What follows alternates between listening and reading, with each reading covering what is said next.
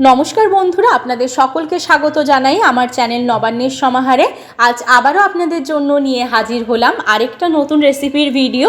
শীতকাল পড়ে গেছে, শীতকালে যেমন আমরা পিঠে পুলিটা খুবই খাই, সেইভাবেই কিন্তু কেক বানানোও শুরু হয়ে যায়। তাই আজকে আপনাদের জন্য আমি নিয়ে হাজির হয়েছি একটা ফ্রুট কেকের রেসিপি। মাত্র 2 কাপ সুজি দিয়ে একটা দারুণ ফ্রুট কেক আমি আপনাদের সাথে শেয়ার করব। প্রচণ্ড পরিমাণে স্পঞ্জি হবে আর খেতে হবে অসাধারণ। তাহলে চলুন দেখে নেওয়া যাক কীভাবে বানাচ্ছি।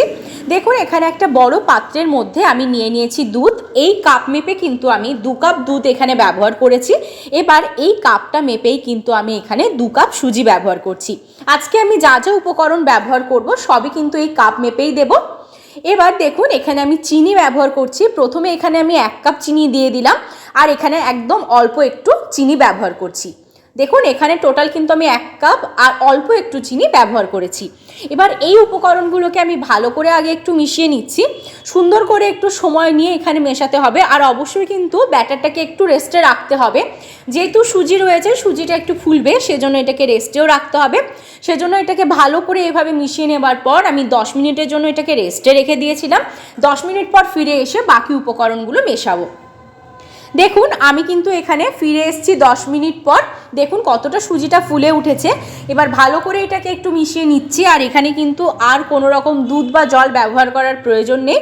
এবার এর মধ্যে আমি বাকি উপকরণগুলো ব্যবহার করব। এবার যে কাপ মেপে আমি বাকি উপকরণগুলো ব্যবহার করেছিলাম আগের, সেই কাপ মেপে এখানে দিয়ে দিলাম 1 কাপ ময়দা। ময়দা দিয়ে দেওয়ার পর এখানে দিয়ে দিচ্ছি এই কাপ মেপেই 1 কাপের থেকে একটু কম সাদা তেল। কেক বানাতে গেলে কিন্তু তেলটা আগেই লাগে, সেজন্য এখানে তেলটা আমি ওই কাপ মেপেই ব্যবহার করেছি। এবার এই উপকরণগুলোকেও কিন্তু এর সাথে খুব সুন্দর করে মিশিয়ে নিচ্ছি। একটু সময় নিয়ে মেশাবেন, আর আপনারা চাইলে কিন্তু ব্লেন্ডারের সাহায্যে ব্লেন্ড করে নিতে পারেন। উপকরণগুলো যখন মেশাবেন তখন একটু খেয়াল রাখবেন যাতে কোনো রকম দলা পাকানো না থাকে, একদম যেন একটা স্মুথ ব্যাটার তৈরি হয়। এবার দেখুন, আমি কিন্তু ভালো করে এটাকে মিশিয়ে নিয়েছি। এবার এর মধ্যে প্রথমে আমি এখানে দিয়ে দিচ্ছি একটু এলাচের গুঁড়ো। আপনারা চাইলে এখানে কিন্তু ভ্যানিলা এসেন্স ব্যবহার করতে পারেন, কিন্তু আমি ভ্যানিলা এসেন্স ব্যবহার করিনি। আমি এখানে এলাচের গুঁড়োটা ব্যবহার করেছি। এলাচ গুঁড়ো দেওয়ার পর এখানে দিয়ে দিলাম বেকিং পাউডার। বেকিং পাউডারটা এখানে দিয়ে দিলাম 1 চামচ, আর দিয়ে দিচ্ছি বেকিং সোডা, সেটা দিয়ে দিচ্ছি 1/2 চামচ। এবার এই উপকরণগুলো দিয়ে দেওয়ার পর এখানে কিছু ড্রাই ফ্রুটস ব্যবহার করছি। এখানে আমি দিয়ে দিচ্ছি আমন্ড, কাজু, কিশমিশ।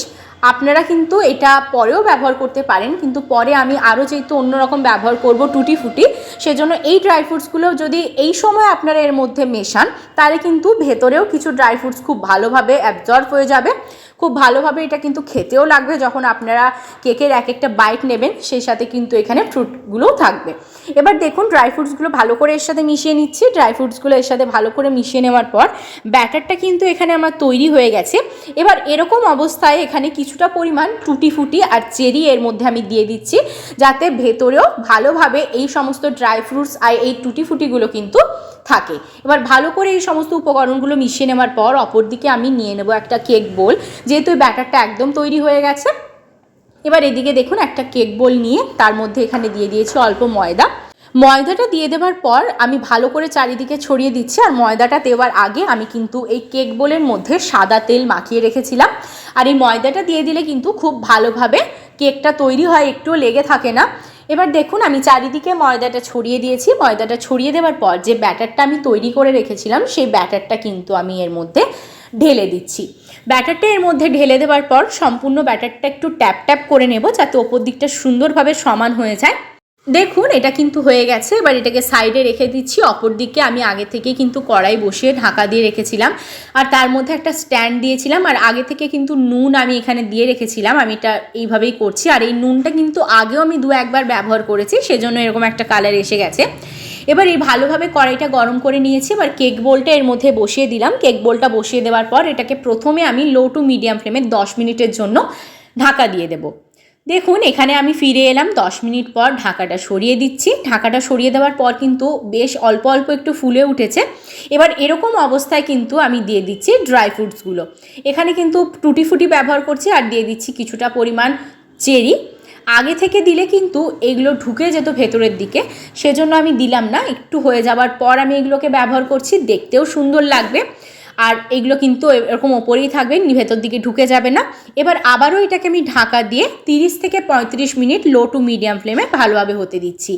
এদিকে আমি ফিরে এলাম 35 মিনিট পর, ঢাকাটা সরিয়ে দিচ্ছি। কেকটা কিন্তু আমার একদম তৈরি হয়ে গেছে, কত সুন্দরভাবে ফুলে উঠেছে দেখুন, একটুও চটচটে ভাব নেই। আমি একটা ছুরির সাহায্যে আপনাদের দেখিয়ে দিচ্ছি। দেখুন ছুরির গায়ে কিন্তু কিচ্ছু লেগে নেই, যখনই ছুরির গায়ে কিছু লেগে থাকবে না বুঝতে পারবেন যে কিন্তু কেকটা হয়ে গেছে। এবার এটাকে আমি একটু ঠান্ডা করে নেব, ঠান্ডা করে নেওয়ার পর কিন্তু নামিয়ে নেব।